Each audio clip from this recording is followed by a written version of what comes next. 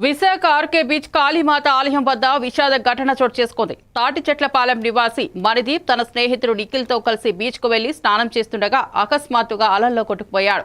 వెంటనే అక్కడ ఉన్న 3 టౌన్ పోలీసులు, జీవీఎంసీ లైఫ్ గార్డులు అప్రమత్తమై స్పందించి మణిదీప్ను రక్షించారు. శ్వాసలో ఇబ్బందులు కనిపించడంతో 108 అంబులెన్స్ ద్వారా మణిదీప్ను కేజీహెచ్కు తరలించారు పోలీసులు. ఈ ఘటనపై విచారణ చేపట్టారు.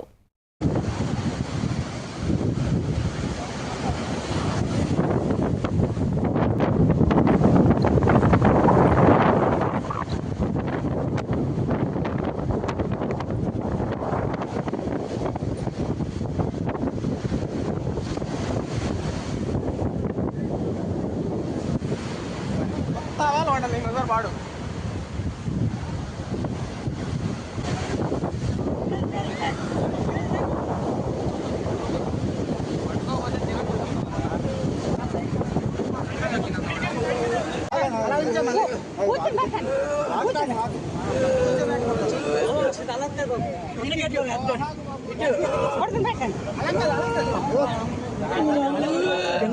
స్వామి